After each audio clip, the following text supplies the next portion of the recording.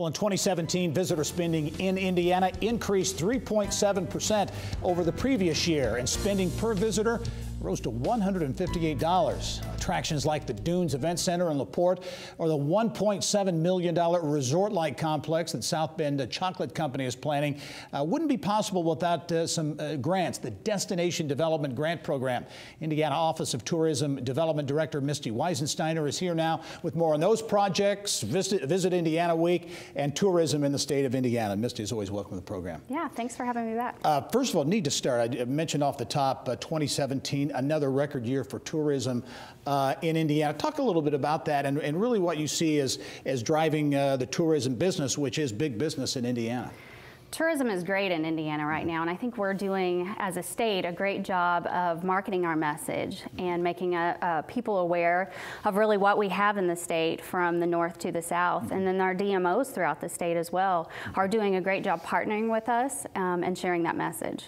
Mentioned also in the introduction there, destination development grants. Now these programs, these grants are important for fueling some of these destinations and some of these attractions around the state of Indiana. A number of examples. I mentioned South Bend Chocolate Company in South Bend. They have big plans up there and are really developing quite an attraction. Huge plans. It will be an attraction in Indiana like none other. They really want to make it a year-round experience, a new chocolate factory in itself. Bring on some dinosaurs into that as well. Yeah. They want to add a winter component so they can really attract visitors year-round. Good. Over nearby, not far from there in LaPorte, there are also big plans there that will connect to a number of different festivities. Yeah, they have a really great sports facility, some hotels in downtown area that they're developing. So they want to do a path to connect all of that together. Some additional signage as well.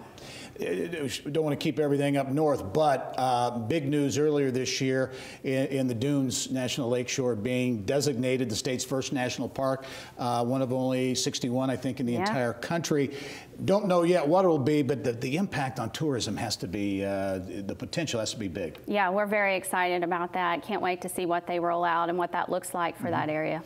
Visit Indiana Week. It's an annual event. Correct me, is it May 5 through 11? Yes. 5 through 11. You've got activities really focused around the state of Indiana. Talk a little bit about that week and really the focus. Sunday starts out with Free Park Sunday, so free admission to all of our Indiana state parks, which is huge. We have state parks, of course, all over the state. Great opportunity for people to maybe experience something they haven't been before. We want to get people moving out and about, families experiencing things, our breweries, wineries, different trails that we have. It's jam-packed. So we have a lot of partners throughout the state that are participating. We're going to roll out a marketing message for that soon, so be on the lookout for that. Yeah.